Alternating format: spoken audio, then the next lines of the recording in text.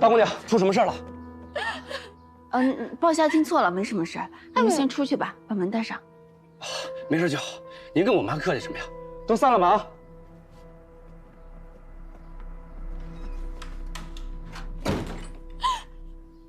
大姑娘，你为何不叫他们把我报官？秦姨娘，现在这屋里只有我们3个人，你要是有什么难处，你告诉我，我们一起想办法。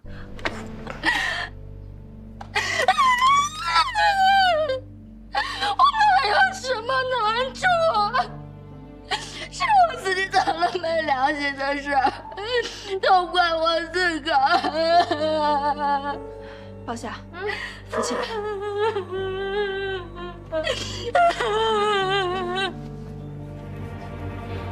哎，你说他们商量什么呢？嗨，多半是秦姨娘想求了纸姑娘让她住回来，还能有什么事儿？什么？不是，我刚刚一开始听见鲍夏喊了一嗓子，该不会是秦姨娘偷东西了吧？偷东西？她能偷什么呀？秦姨娘，偷肚兜的办法必定不是你想的，谁教你的？是大姑奶奶。大姑奶奶，关大姑奶奶什么事儿啊？我告诉你啊，你若在这儿信口栽赃，我真带你去报官啊！先让他说完。他说，我要是能把姑娘的肚兜交给他，通奸之人就变成了姑娘。偷奸？别让人听见。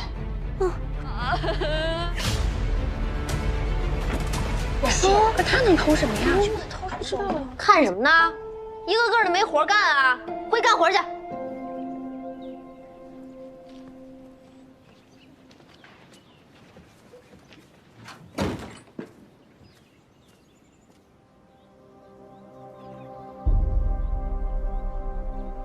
你这话说的倒是蹊跷了，什么叫做通奸之人就变成了我？谁是这通奸之人？是我。秦姨娘，你把这事情的首尾明明白白的告诉我，若是能担，我跟你一起担；你若还是瞒着我，那水里火里你自己去。你想明白？我都说，大姑娘，千错万错，都是我的错，是我不该呀，大姑娘。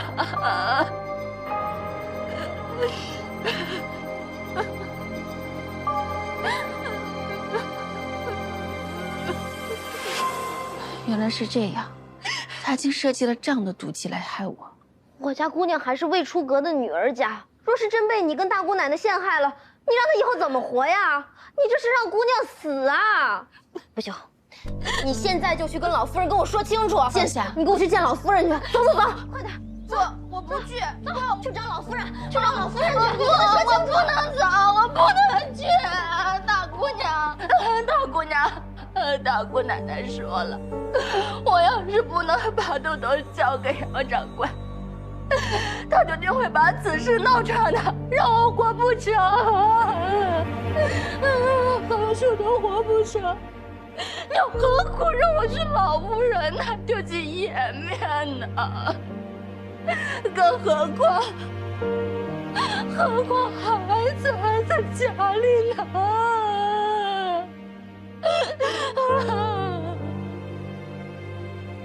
先别哭了，这事情总有办法的。还有什么法子呢？是，哎，鲍夏，拉住他！哎，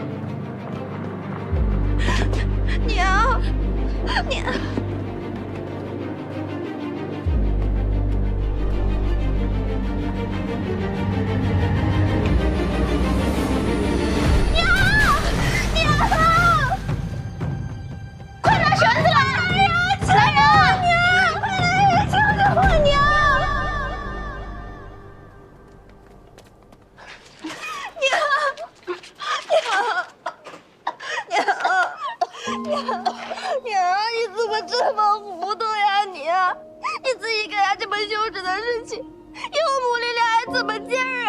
娘，是娘对不住你。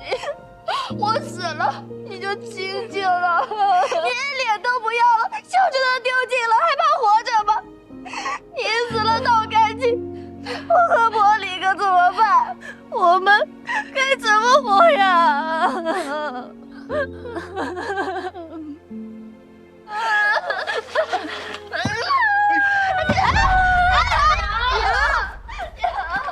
娘，你别死啊！一哥，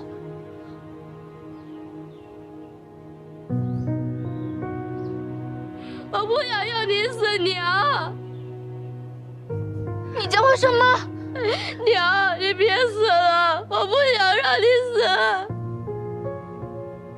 哎，孩子，娘的心头肉，孩子，我的孩子。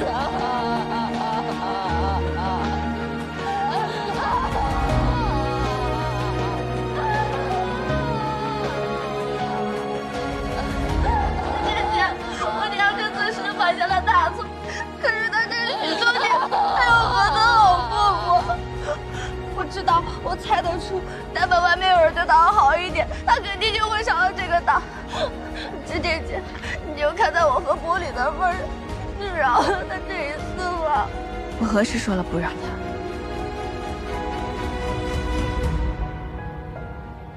我的孩子。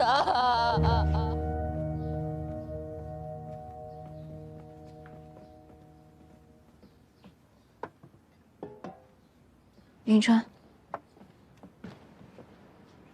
我吩咐你的事情都交代好了吧？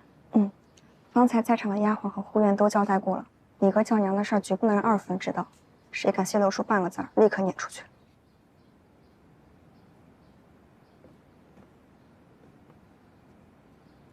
秦姨娘，你可曾想过，为什么你跟杨掌柜才相会片刻，大姑奶奶就会知道？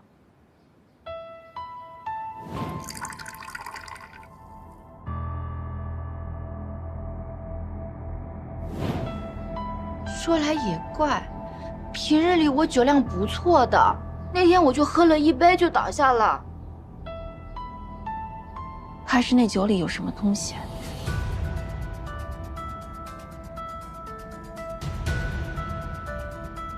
那个畜生，他算计我，他是个不得好死的东西。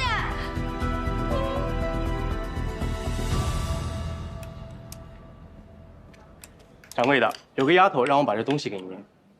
丫头人呢？走了。我问她替谁送的，她说您有数。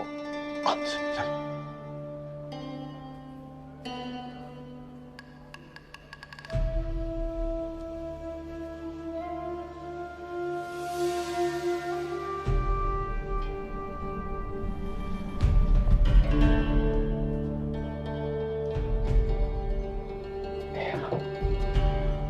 没想到这婆娘可以啊，手脚挺利索的，还真给她搞到了。哎，堵兜了。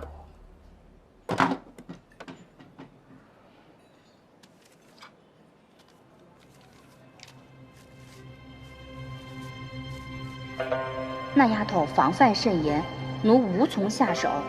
姑奶奶跟前实难交代，思来想去已无活路。奴原攒下一包金银细软，共有100贯之数，为今之计总为上策。你若有意，子时3刻于东院抢下候着。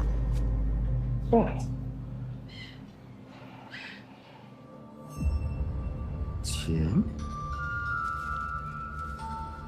鸟鸣3声，奴便将细软打墙上丢过，图你远走高飞，成夫妇之好。奴一片真心托付于你，万勿失约。这徐娘虽老，可钱不会老啊，大不了半路上结果了呢。一个讨妾，谁会追究呢？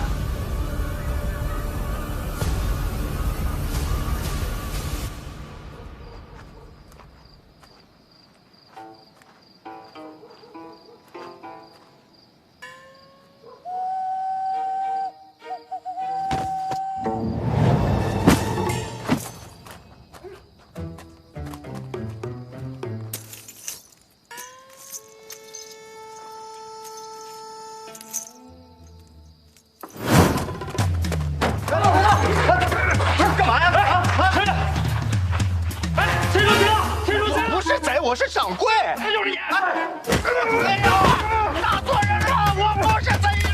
哎呦，我不是贼，我不是贼，别打了，爷爷们！哎呀，我不是贼。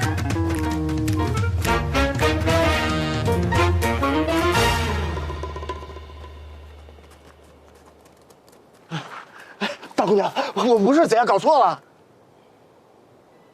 好啊，你个贱人，你下场让我钻了你！你还敢？你个狗东西！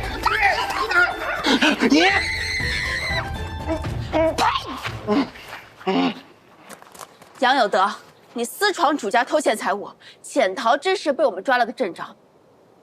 不过呢，我就先不报官了。这天色也不早了，我也不想惊扰他人，先带回柴房到天亮。说不定这天亮之后啊，咱们杨掌柜就畏罪自尽了。呀，那死在屋里边得多臭啊！直接扔了吧，姑娘。虽然到时候咱们花家得担一些干系，但毕竟是失窃的苦主，也情有可原。再说了，咱们家那么大的罪都犯过了，这小小的逆贼死在家中，又算得了什么呢？算不了什么呀。想明白就给我从实招来，不然让你死得不明不白。带回去。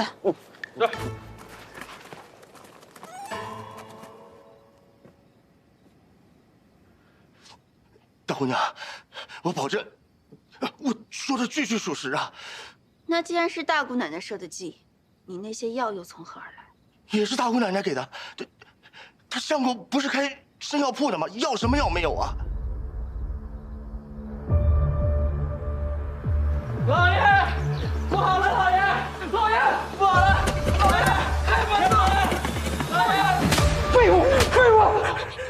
老爷，小的们实在没法来啊，那些官差二话不说进来就搜，转眼儿功夫就把那些药全都搜出来了。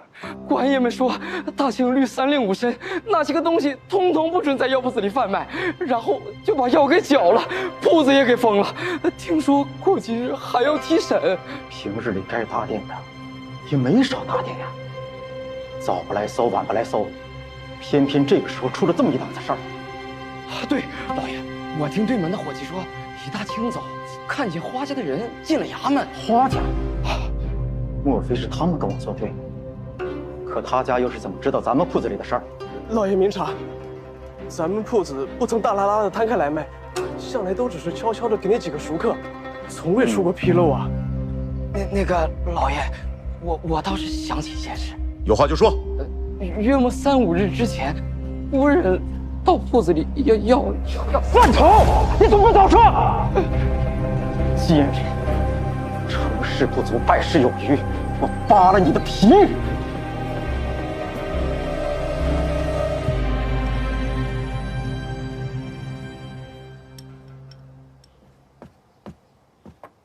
程祖啊，你还有脸吃？贱人，敢败坏我的家业！官人，有什么话您说清楚呀？为什么上来就打呀？花家真是一门猪狗！说，谁去告发老子的店铺卖春药？妾身不知情啊！不知情？我让你不知情！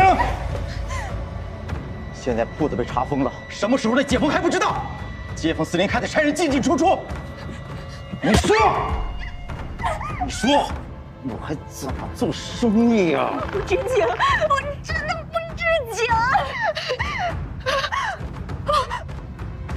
我知道了，我知道了，一说话是那个贱人，一定是他，一定是他，一定是他。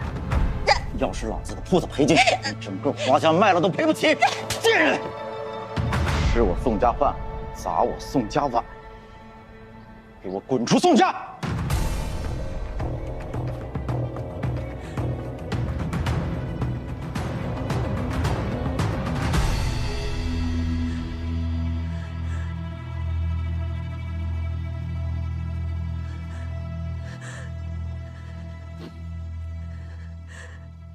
所以这些药祖母要一直用下去，是不是？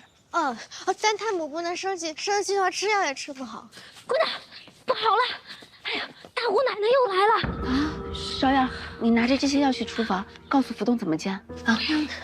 我看他那神气跟发了疯似的，我们好几个人拦他都没拦住。在哪儿？往老夫人房间去了。哎呀，你看看我的脸，啊！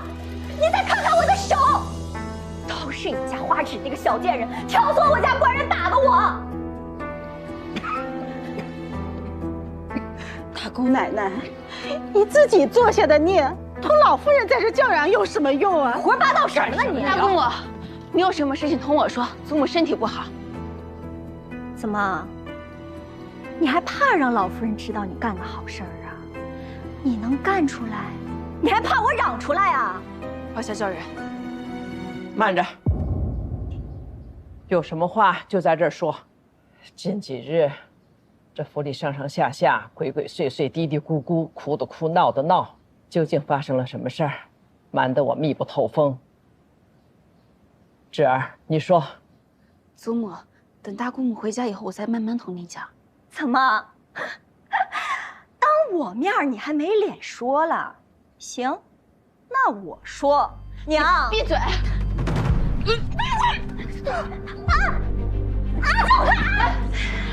娘，你家姨娘吃了春药，同越秀小馆掌柜的通了奸，让我拿了个正着。她为了栽赃嫁祸，去偷人家花纸的肚兜，结果没成想笨手笨脚的没偷成。你这孙女儿啊，年纪小，心肠倒是歹毒，伙同那贱人使了仙人跳，把人家掌柜的绑来严刑拷打，叫他攀咬我家官人，私贩春药。我说的您听明白了吗？这就是您的好孙女儿。祖母不是这样的。芷儿，你的人品行事，我从不猜疑。我只是没想到我辛辛苦苦诞下又亲手养大的女儿，竟能做出如此下作的事儿来。也好歹托，你们若真的得逞了，你让你的侄女怎么活？你还知道她是我侄女啊？那为何不曾替我考虑考虑啊？我不过是要一个丫鬟，猫狗一般的玩意儿，她给我推三阻四，让我在宋家没了脸面，没有了立足之地。若不是你们带累，我何至于在宋家受尽如此折磨呀？啊！你看看我现在过的是什么日子？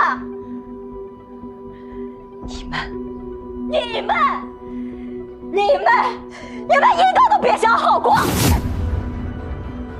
如此说来，是我做了孽，把你宠成如此这般骄横。我骄横，上梁不正下梁歪。老太婆，事到如今，是你自食恶果。把祖母带下去休息。是。现在这花家所有人都拿你这蹄子当救命稻草呢，是吗？做你们的春秋大梦吧！不要以为你们用一点小手段、小伎俩就可以东山再起了。你们把我一人推入那死地，自己关起门来美滋滋的过日子啊！既然你们要眼睁睁地看着我去死，那我今天还把话给你们撂在这儿了。我姓花，只要我活一天，我就会诅咒你，诅咒你！我诅咒你们所有人，这一辈子都不可能等到团圆的那天。老爷子早就该死了，你这老太婆也应该先去阴曹地府去趟趟路。你想是什么？混账！给我滚！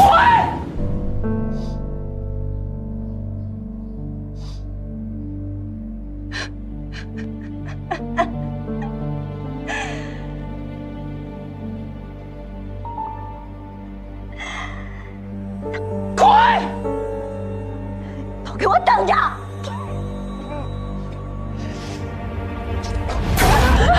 祖母，你快去叫大夫，你去把芍药找来。不然。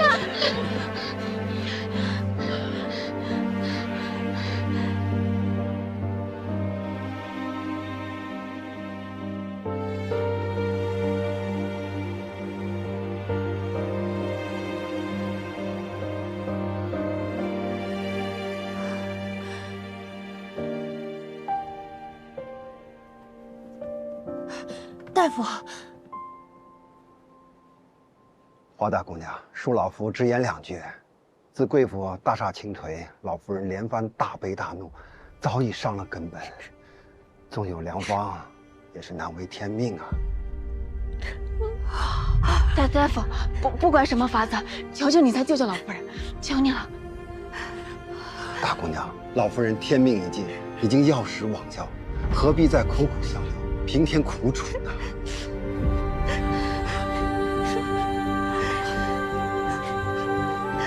告辞。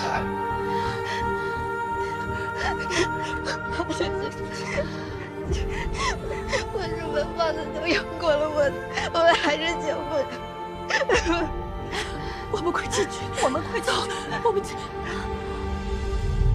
老夫人这会儿太虚弱了，各位夫人还是不要进去了，好好让她休息一会儿。大姑娘，老夫人单独想见你。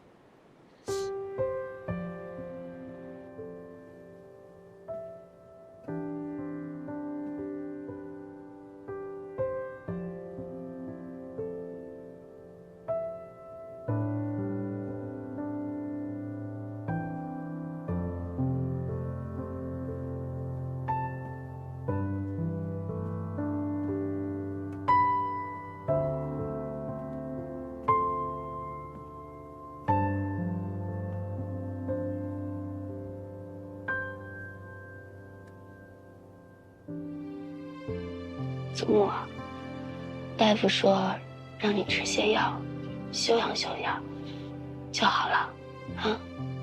祖母听你的，喝药，休养。祖母，对不起啊。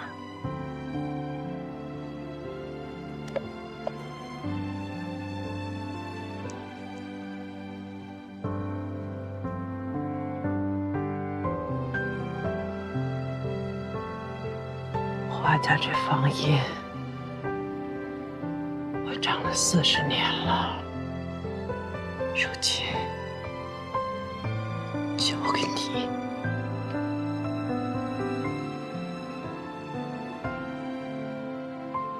交给你，我放心。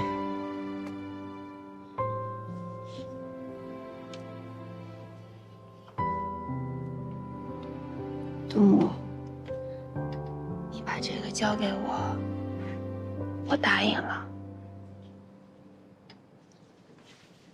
但是你能不能再陪陪我？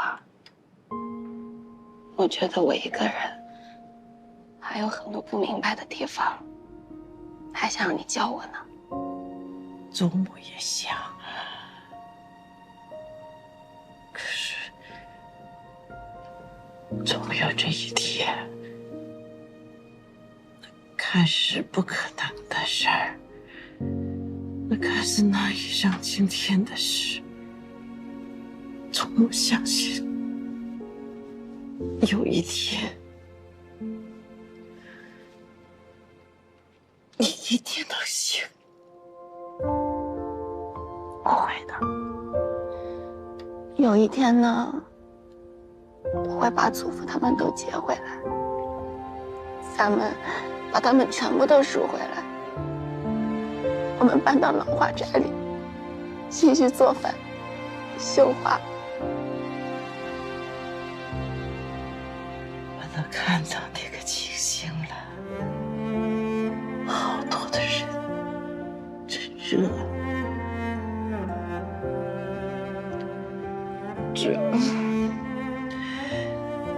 祖母对不起你，这千斤的重担都压到你身上了，能原谅祖母？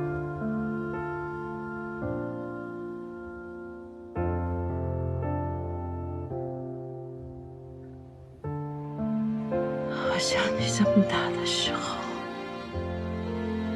也是满肚情丝，浮生如云，转眼变白。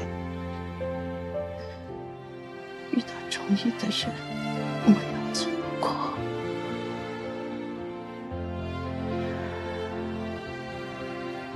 那天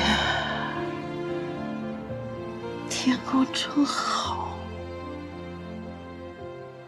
我坐在马背上，看见你错付了。他那么年轻，哎呀，太可惜了，再也见不到他。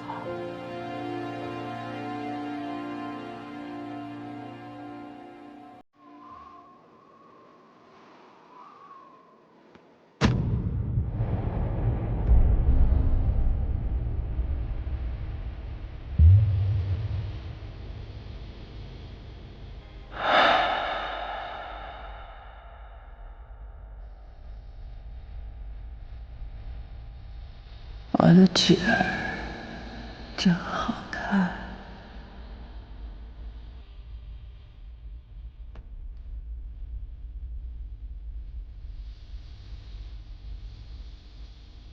祖母，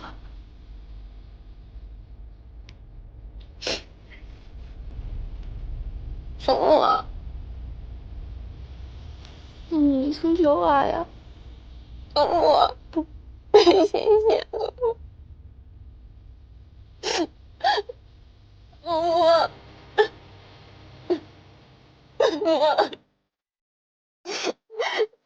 你谢谢。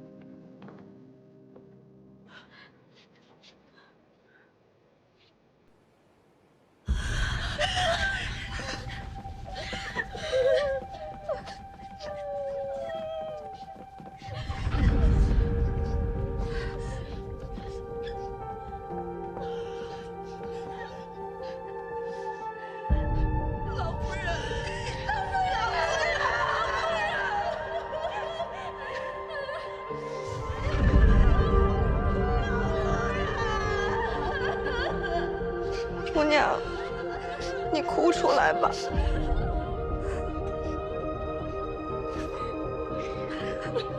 我没有功夫哭。祖母走得这么近，我必须要给她做一件体面的身后事。我还要有仇报仇。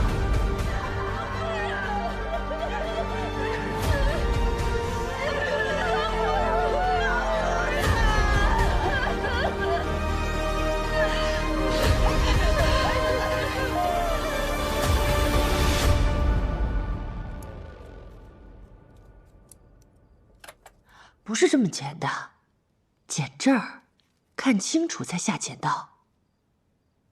好了，算了，让我来剪吧。你去看看朵儿去哪儿了？怎么还没回来？再陪你一会儿吧。娘，你去哪儿了？娘，家里为什么多了个大木匣子？我看到祖母躺在里面睡觉呢，他们还用盖子把它盖住。宝珠姐姐她不让我看，也不让我去叫祖母，那匣子里多冷啊！朵儿，我带你去睡觉好不好？可是，祖母，朵儿，祖母走了，我们以后再也没有祖母了。你要乖乖的，不要让她挂心，好不好？我不听，我不听，我要出母，我要出母，我要出母，我不听，我不听，我不听，我不听，我不听，我要出母。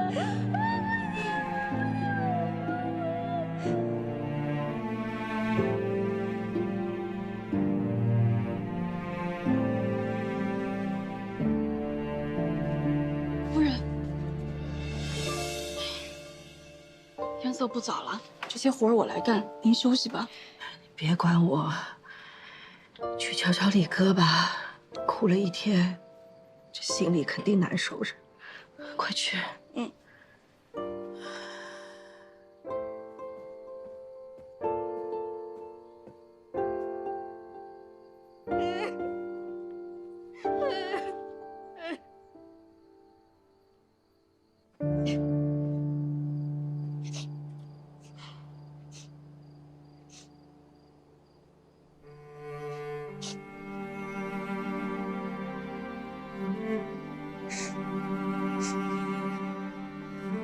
芍药，你怎么在这儿啊？阿婶子，是我的，怎么了？来，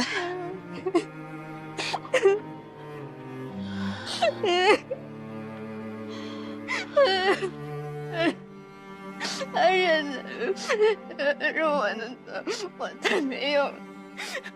我本来以为我已经很厉害了，但是我还是害得他不走。我让大家这么难过都是我。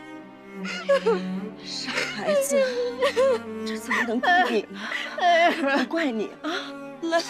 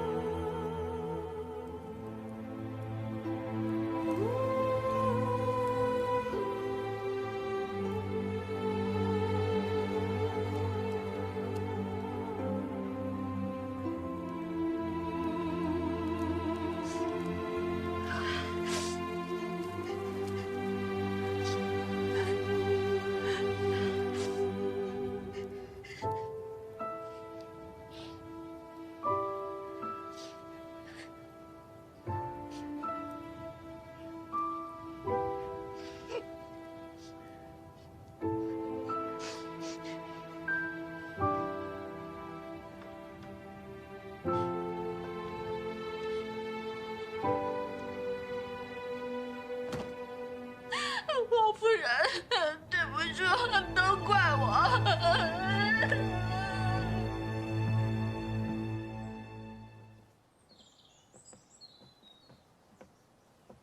站住！一声不吭就走，还知道回来？爹，你这又是要跑去哪里？今日华府送殡，我去送一送华老夫人。这份电意是从库房拿的，只当是我借的，日后照价偿还家里。不许去！你是不是糊涂了？都什么时节了，你还送上门，给你老子送把柄！爹，死生大事难道还要避嫌吗？你也知道是大事。献王在这朝中内外，有多少人我盯着？今日，谁敢去华家吊唁？献王在意不在意我不清楚，您拿献王做借口，我看得倒是分明。知道他华义正为何被抄了家，落了个全图流血的下场，不就是在献王惠王之间骑墙不定吗？您岂肯如此颠倒黑白？先生忠耿清正，不愿见皇子争斗朝臣阶的，这才遭此劫难。是，当初献王惠王向他示好，他一概不予理会，偏要做那个不识时务的蠢人。结果呢，一朝失去圣心，谁会出来保他？父亲，我在这个家住了20年，从来不知道我们是一个如此薄情寡义的门庭。先手落难，您与花家一刀两断。倘若将来我也做了那样不识时务的蠢人，您应该也会与我一刀两断吧？好，你说的真好。你要做君子是吧？那就出去做你的君子。我沈家龌龊门庭，容不下你这个清流。滚！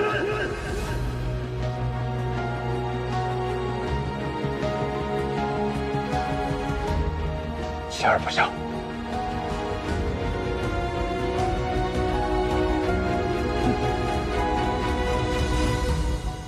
哥，哥，哎，哥，我大老远就听见你跟爹吵架了，怎么了？花家谁没了？花老夫人，你不认得？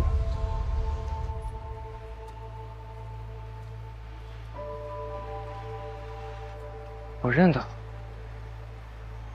他同我提起过。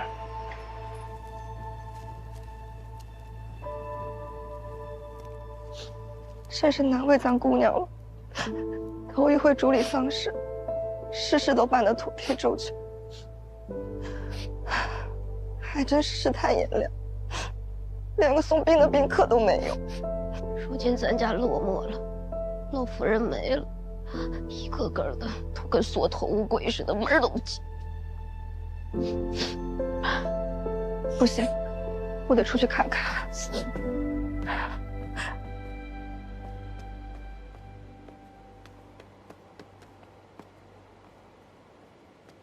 迎春，快去告诉姑娘，沈家郎君来了。沈家？沈大郎是亲手拿着祭礼走着来的。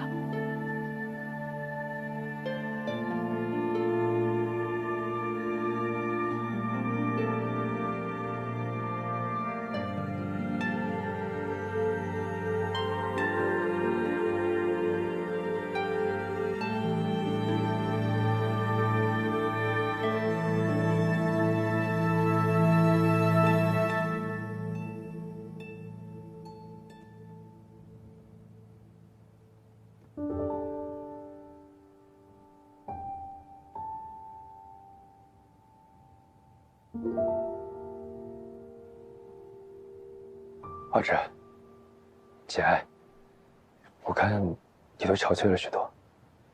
多谢奶送我祖母最后一程，但是要感谢的又何止是今日之恩，只怕花枝此生都难以回报。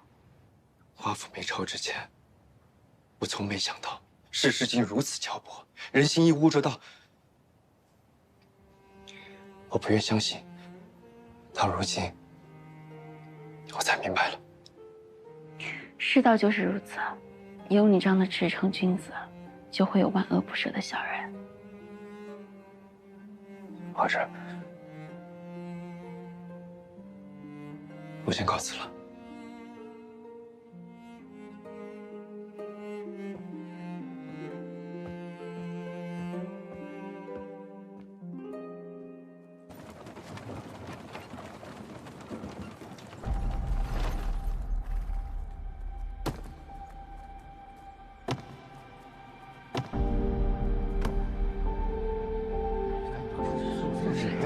这一看就是大户人家。太后驾到，众人退避。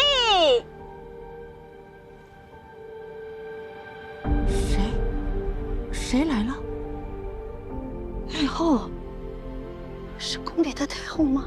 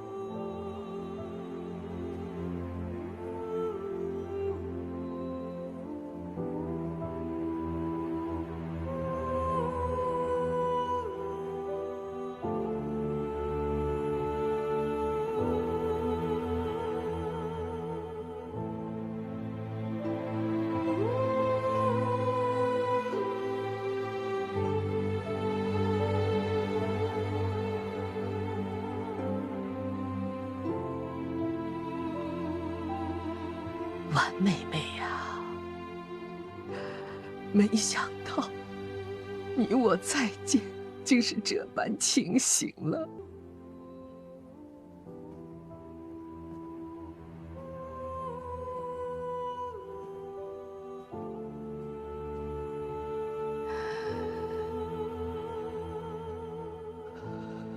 当年你出嫁时，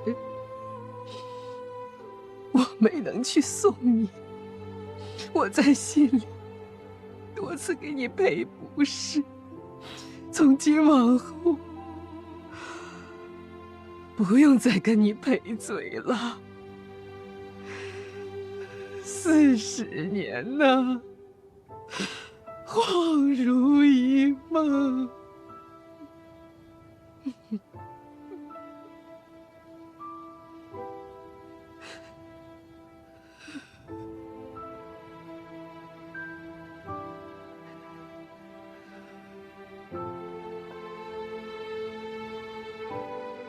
太后来咱们家做什么呀？老太爷都被流放了。祖母年少时和太后是闺中密友。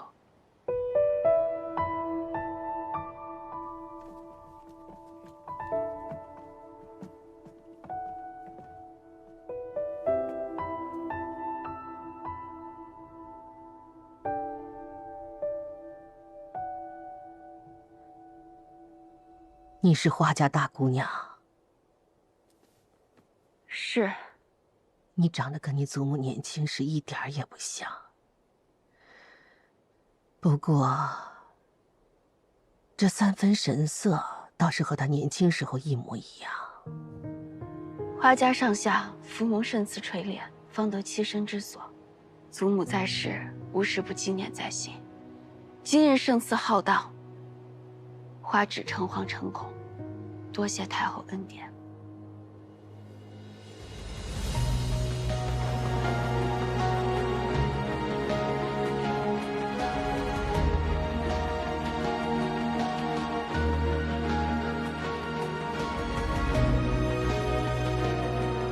还有你们这一大家子人，可真好啊！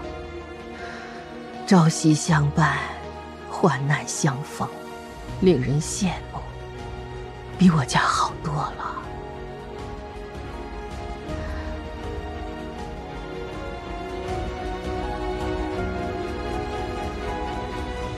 这些人，先前都缩得远远的，不敢进来，搞得咱家像什么龙潭虎穴似的。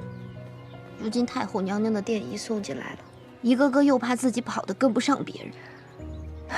是啊，这些见风使舵的东西，呸！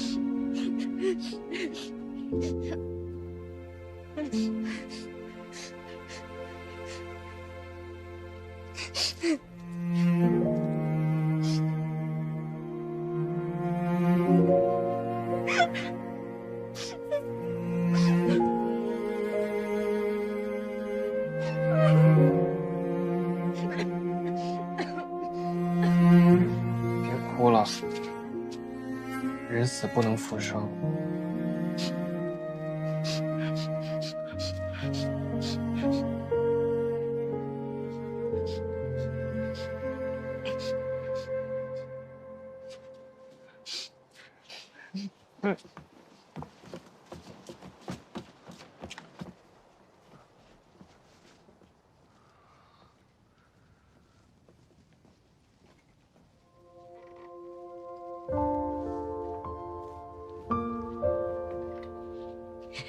太母，芍药来了。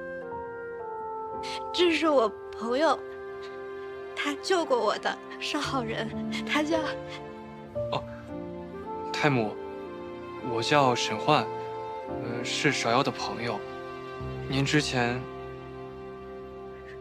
之前还没见过我。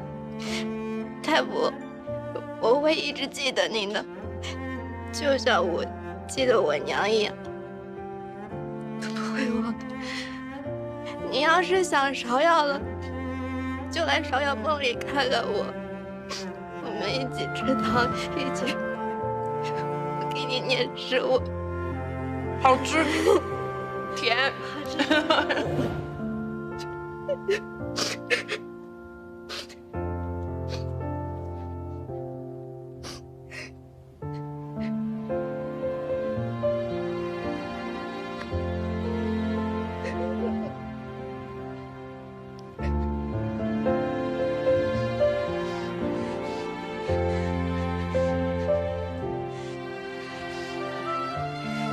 先回去吧，我陪陪他。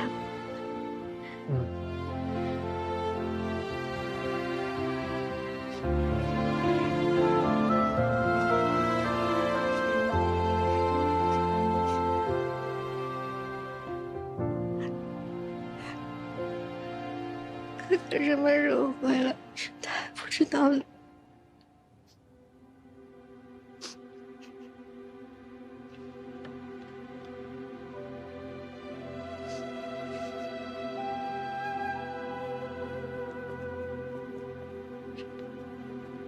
姑娘，二姑奶奶来了。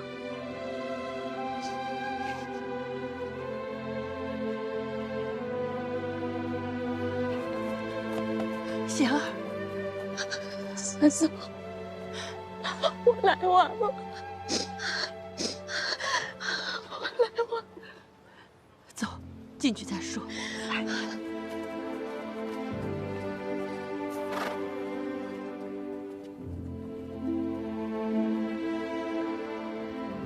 芝姐姐，我母亲她来时说，今夜定要在这儿为老夫人守灵。我想，我也不回去了，你就允准我在这儿和表弟们一块打理吧。弟弟们都小，一转一天，只怕受不住了。难为二姑母和你这份辛劳，祖母在天之灵一定会看见的。这二姑奶奶都来了，大姑奶奶一个嫡亲的女儿，到现在都没个信。可不是吗？夫人们府上都来人了。就连沈郎君都来了，这大姑奶奶有什么不来的道理呢？去把柏林叫来。哎，二姑母，你们先进去吧。好。柏林，姐，如今你是花家最大的男丁，祖母不在了，你该代表花家去向大姑母报丧。我这就去。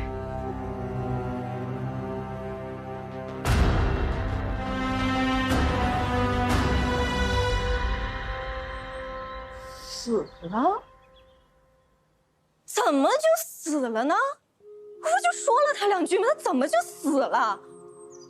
这下糟了！我若是去吊唁，花纸那个小贱人肯定要跟我算账。到时候在灵前闹起来可就不好看了。怎么办？对，不能去！我不能去！我坚决不能去！老爷，这人不到，礼也不到，不大好吧？有什么好不好的呀？他花家的好处，何时有一分落在我的头上？讨他过丫鬟，还推三阻四的，给脸不要脸，哪里来的铂金给他？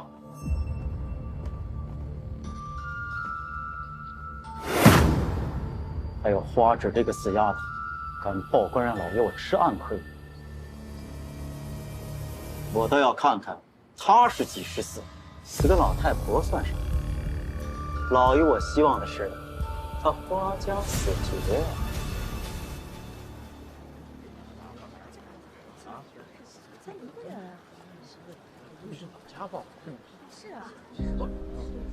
祖母病故，侄儿花柏林来向姑父姑母报丧。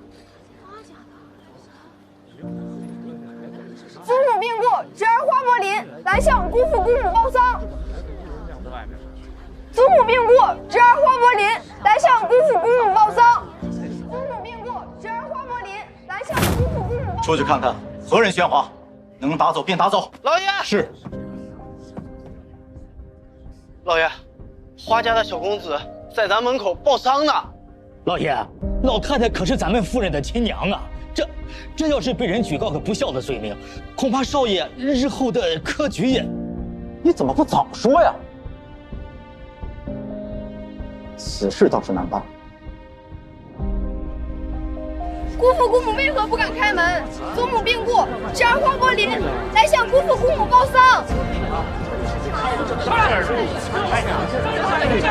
侄儿黄国林向姑父姑母报丧。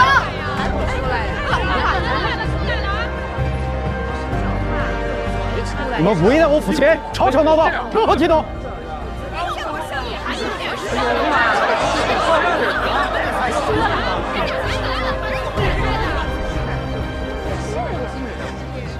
自己家的糟烂事，自己解决。哼！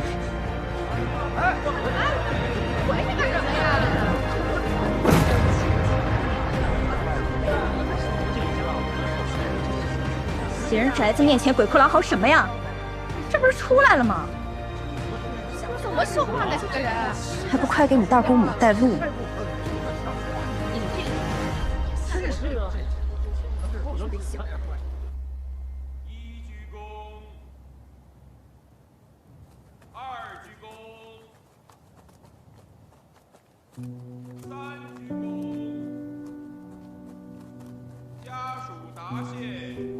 徐姐姐，人带来了，你先进去吧。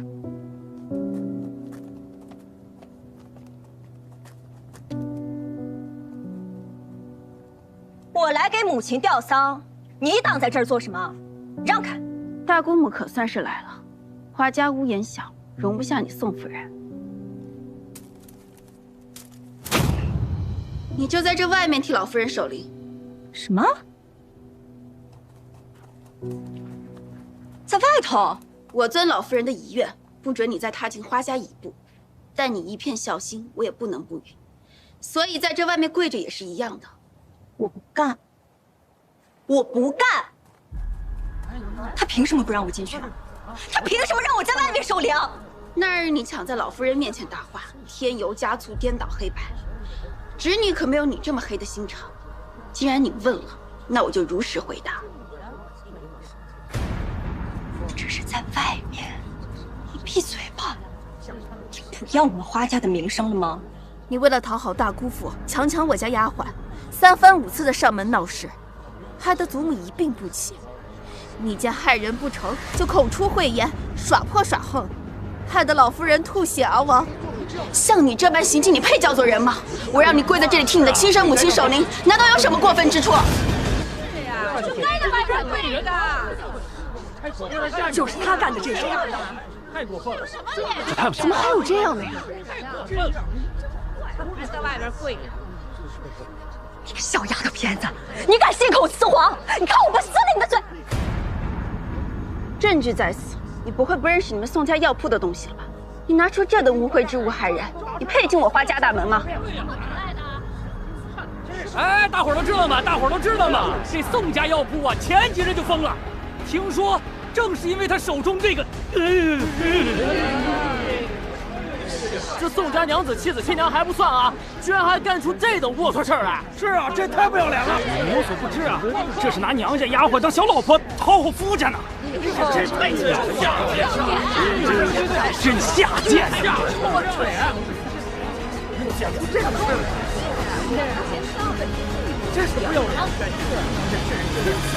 不行，我长这么大，你见不见过？骗人！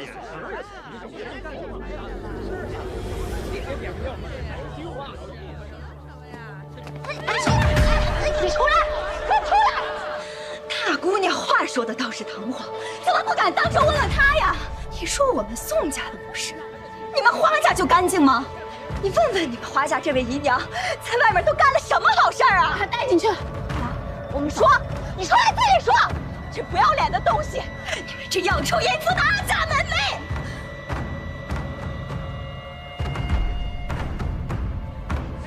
快走！娘，娘，是你，你害了人，你还想大打一耙？你闭嘴吧你！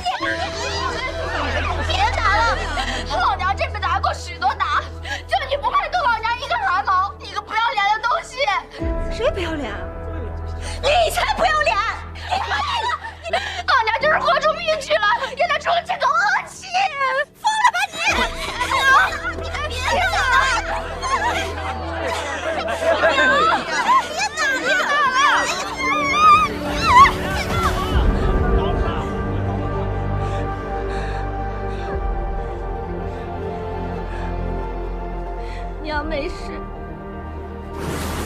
你居然敢动我的女儿，我杀了你！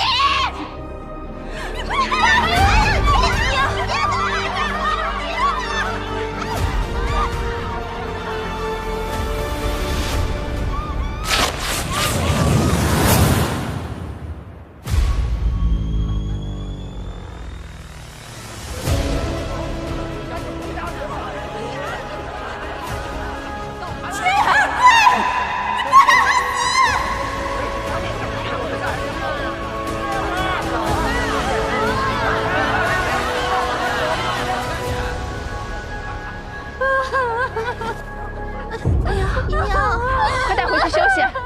姨娘，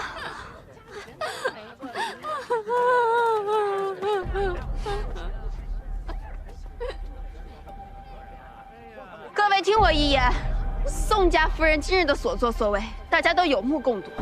而我花家行得正，坐得端，无愧于心，不畏人言。花静为夫作伥，蓄意辱没花家的名声，亲手害死了自己的亲生母亲。我花芷今日以花家当家的身份，替祖父和祖母清理门户，请各位为我做个见证。花静及其子女今日起与花家恩断义绝，从此以后他们家的事情与花家再无干系。好。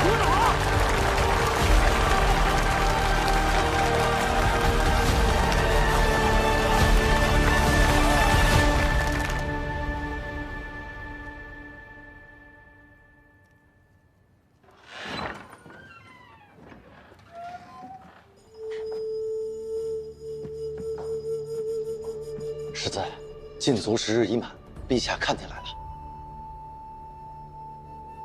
实在，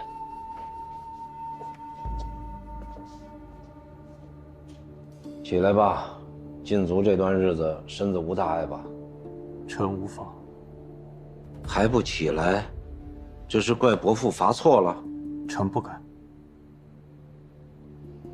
燕西，你若再这样，我让你这辈子都踏不出圣阁半步！快起来！世子，快请起。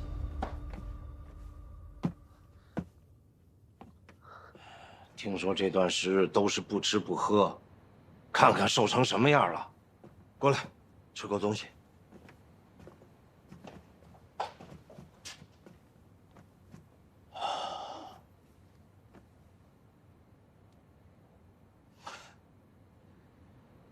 燕西，还记不记得，你小时候每次不高兴，都是伯父哄的。那时候你还没这张桌子高。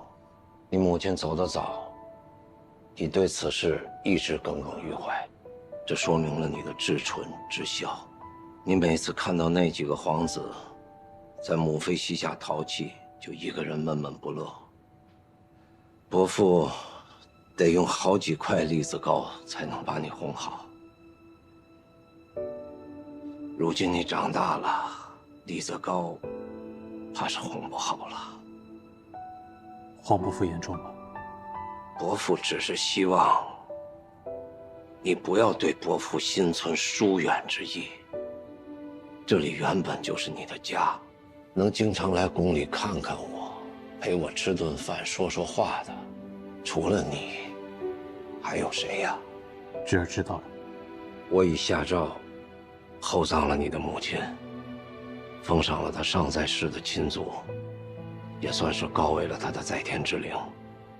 只是燕西，君臣父子是万古不易的道理。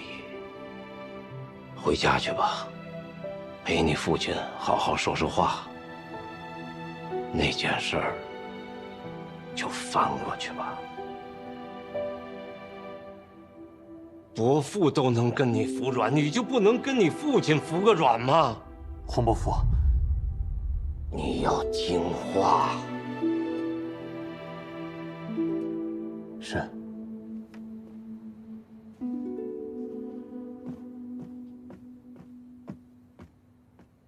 长青，奴婢在。你觉得燕西委屈吗？世子对灵王殿下恐怕难以释怀。当年灵王做下了这件事，朕不戳破，他便以为神不知鬼不觉。如今燕西把旧事捅破了，也是好事。欠下的账，你终归要还的。何况，燕西是朕养大的。如今燕西受了委屈，那朕就替他讨个公道。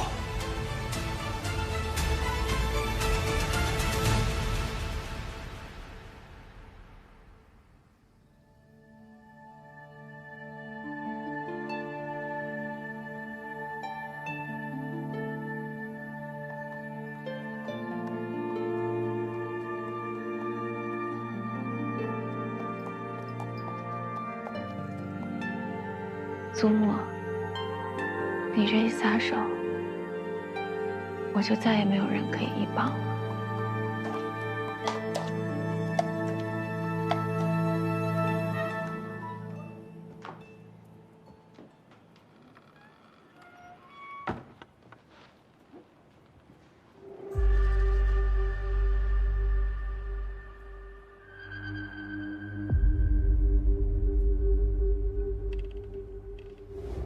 逆子，这次父亲没回玉青山躲着，没有了整日在我耳边唠唠叨叨的妇人，待在这王府，和玉青山有什么区别？是，王府里虽有几条人命，可那茫茫一座山，人命恐怕也不少。看来让你在宫里受罚，你还是心里不服啊？服。我岂敢不服啊？君要臣死，夫要妇随，都在纲常之内。普天之下，谁又能说个不字？明白就好。是。刘安杀妻，张巡杀妾，照样无损他们千古令名。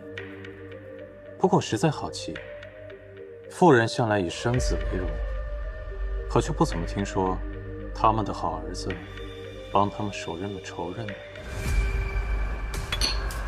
你在圣阁静思，就琢磨出个这个来？父亲，虽说你跟我母亲缘分浅了些，可到底也是少年结发。午夜梦回的时候，你可曾想起过他？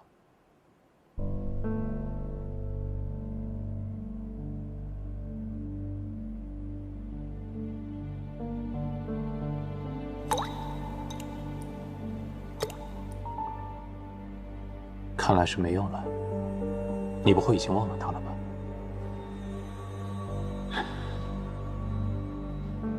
你母亲的自然是很美的。若说我母亲冷淡了些，那萧氏总归是一心一意的对你，相伴20余年了，一心都只扑在你身上。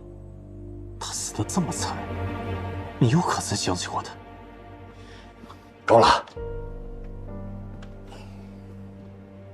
你还提那个毒妇做什么？还嫌贵的不够？是我天真了。灵王殿下又怎会有一丝丝怜悯跟一丝丝悔意呢？你懂什么啊？如果为父是那种人弱之辈的话，那萧氏会死心塌地的跟着我吗？啊？这就叫妇人。是疯人，可世上总有人是没有疯的。瞧瞧啊，我把你生得一表人才，可万万没有想到，你是有副糊涂心肠。如果你心中没有君父的话，你将来就算娶妻生子的话，他们也不会以你为纲常的。我爱的人，只要爱我就好了，管那些纲常做什么？哎呀，我真的没想到，我竟然生出这么一个情种来。也好过你这般，一人之下，万人之上，无妻无子，一世孤独。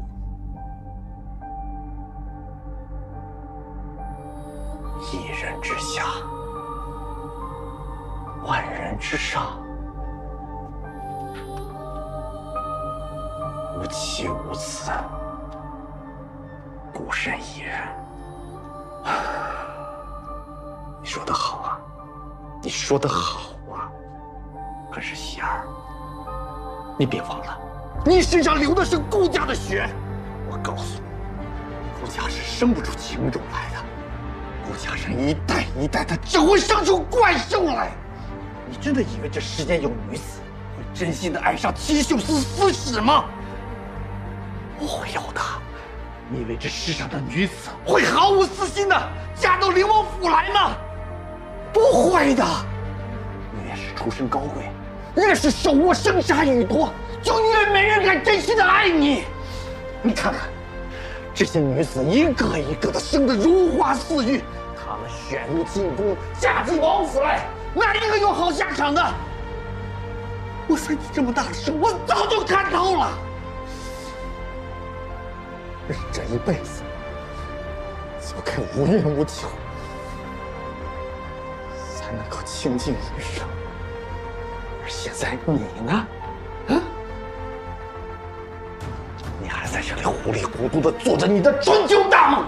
你生在顾家，就该知道一辈子要的是什么。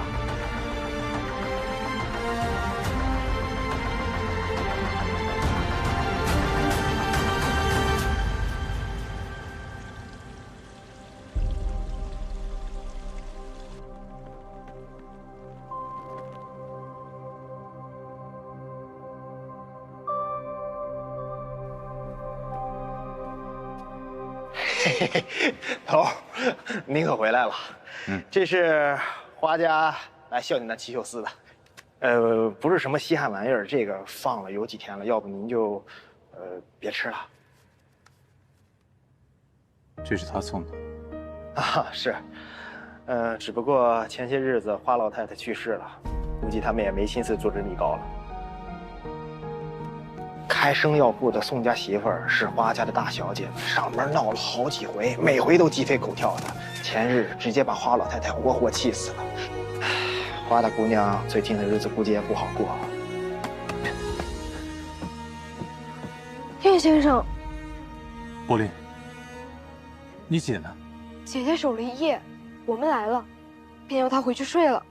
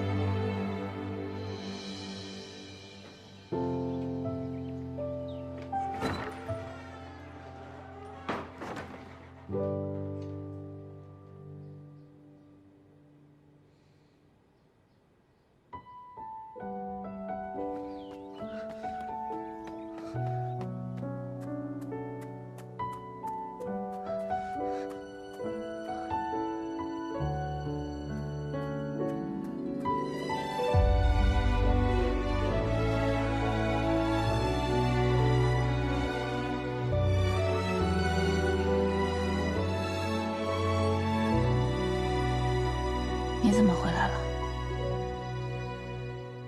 我有好多事想告诉你。好。你太累了，先睡一觉。等你睡醒，我原原本本的告诉你。还是不了。我怕我睡一觉醒来，发现又是一场梦。花枝。所以现在就说吧。我不知道从何说起。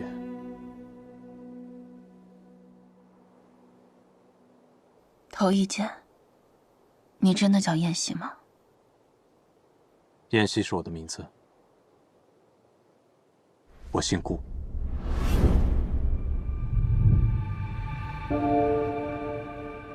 顾燕西，你是皇家子弟，那你为何去七秀寺做茶子？我不是七秀寺茶子。那你究竟是什么人？我是灵王世子，也是七秀寺司使。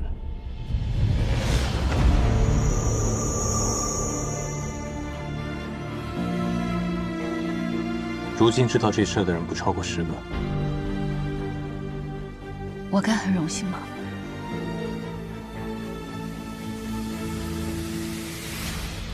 你来我家究竟是什么目的？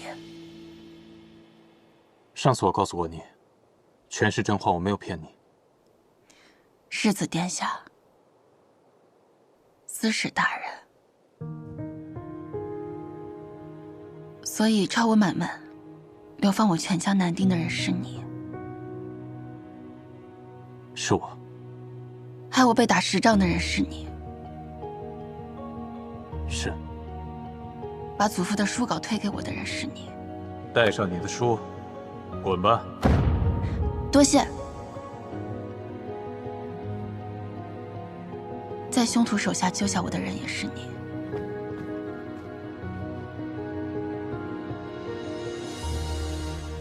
都是我。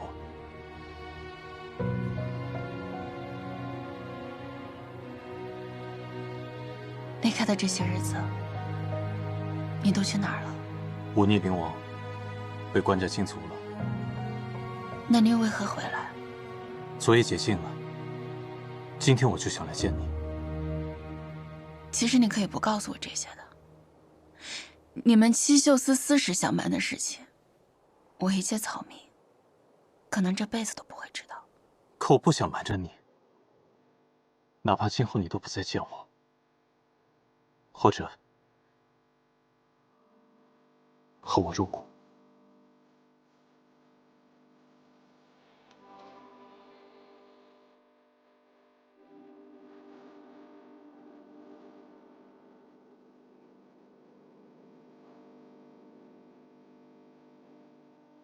我不恨你，流放我祖父的人不是你，落井下石、欺凌讹诈的人不是你，我不会迁怒于你，我也不会对着你发泄，这点我想得明白。恨不恨是你的事情，我的确愧对于你。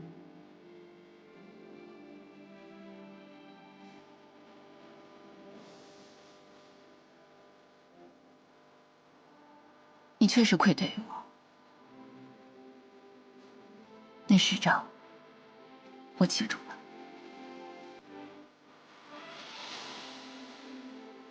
我这个人记仇的很，你以后可要对我好一些，不然我会要回来的。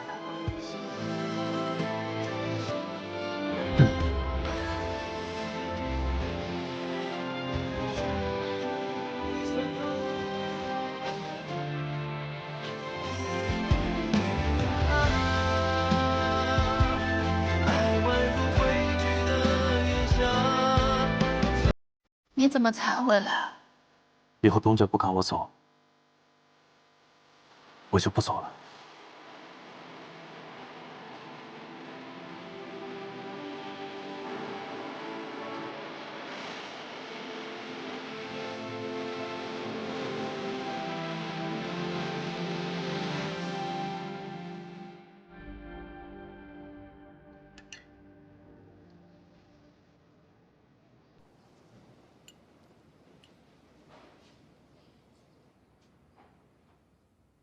烫吗？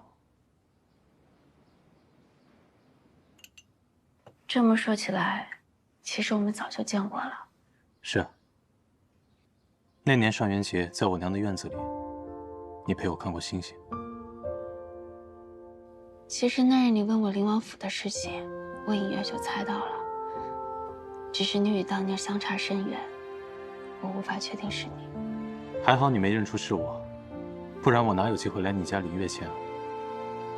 抄家那日，你明明看到了我偷藏祖父的书稿，为何当时没有揭发我？因为当时你说，普天之下莫非王土。普天之下莫非王土，会有什么用？逃又能到哪儿去？这的确是天命，但我想，天命并非那般森严没有间隙。起码在我手里，这些书是可以逃掉的。那日你的血还滴在了祖父的手稿上，从此以后，我见到的燕先生，脸上就多了这道疤。这道疤是拜官家所赐的。臣愿永离北地，入七秀司，替陛下驱策。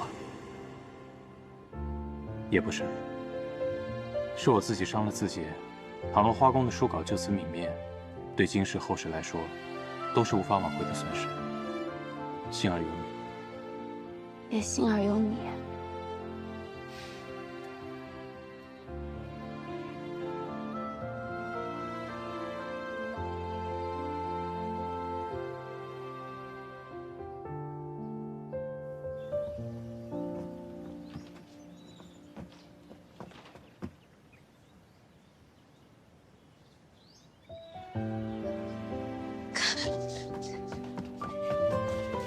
大哥，我还以为你不要我跟花姐姐了。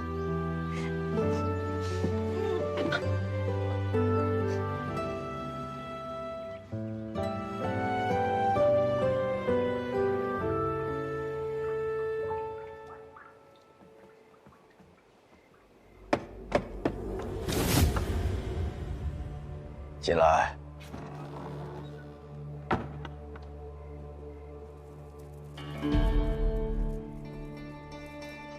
温灵王爷安，世子差小的送点心来，给王爷赔不是。啊，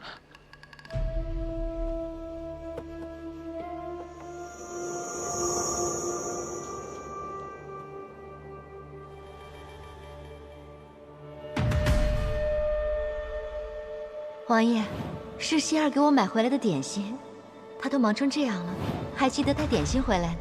你看，他倒是知错了。殿下不是不知，世子脸皮薄，嘴上没软过的，所以奴婢才来替他开这个口。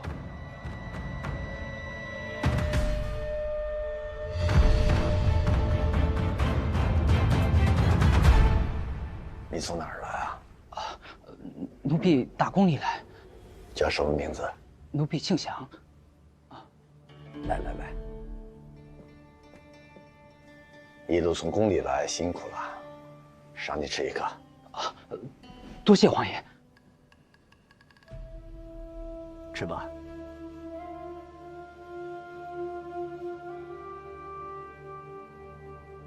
好吃吗？回王爷，这滋味道可真不错，奴才还是头一回吃呢。来来来，这以后在宫里要多替我照顾着希儿点儿。是。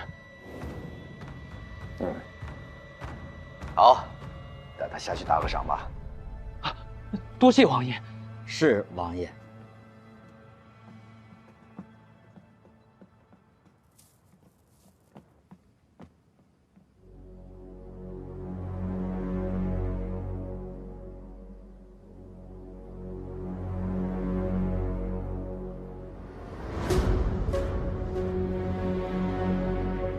希儿，路上慢着点，一定要当心啊。